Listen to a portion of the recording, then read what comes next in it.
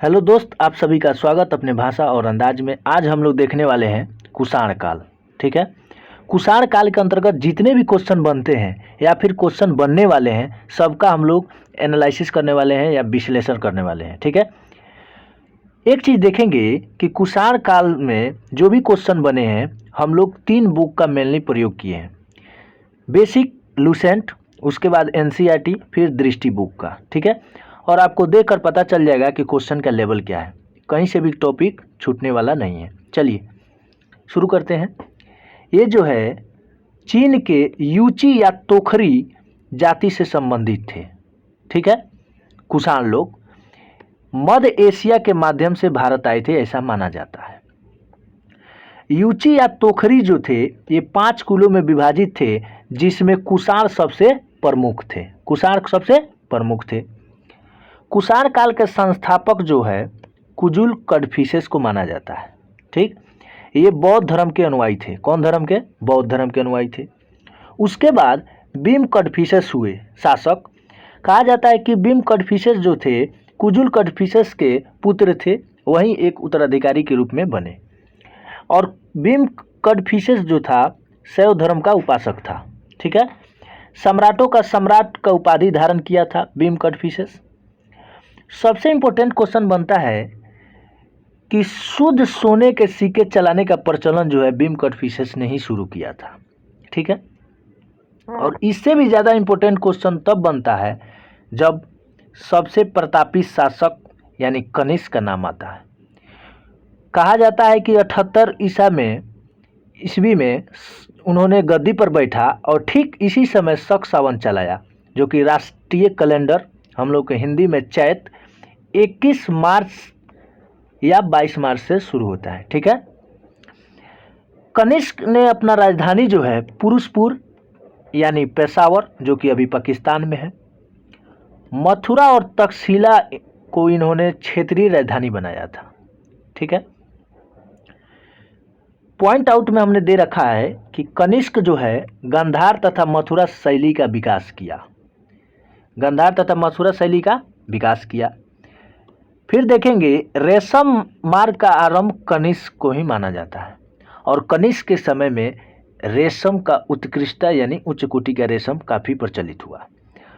फिर देखेंगे कि कनिष्क का चीन के शासक पांचाओ या कभी कभी पेनचाओ मिल जाएगा से युद्ध हुआ, और जिसमें पहले कनिष्क का पराजय होता है और फिर बाद में विजय होता है।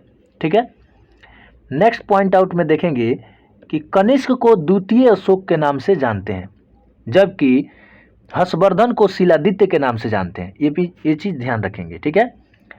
कनिष्क के समय में कुछ दरबारी थे, उनका हम लोग डिटेल एनालिसिस कर रहे हैं, जिसमें अश्वघोष थे। इनको माना जाता है कि चौथे बौद्ध संहिता का उपाध्यक्ष थे और उच्च कोटि का साहित्यकार भी थे। ठीक है। इन्होंने जो है बुद्ध चरित्र तथा सूत्रालंकार की रचनाएं की, और बुद्ध चरित्र जो है बुद्धों का रामायण के नाम से जाना जाता है। ठीक है। फिर आता है नागार्जुन।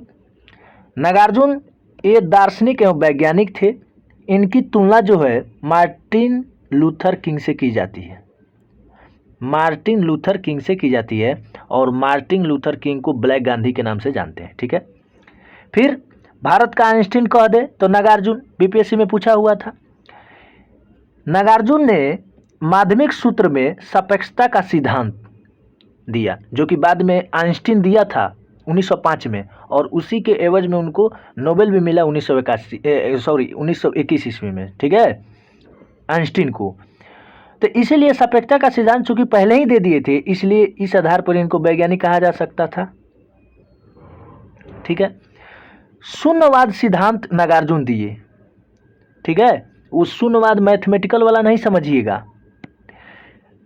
शून्य का प्रतिपादन तो आर्यभट्ट ने किए, लेकिन ये शून्यवाद सिद्धांत था, ये सामाजिक सिद्धांत था। ठीक है। बौद्ध भिक्षु के रूप में चीन गए। नागार्जुन जो है बौद्ध भिक्षु के रूप में कहाँ गए? चीन गए।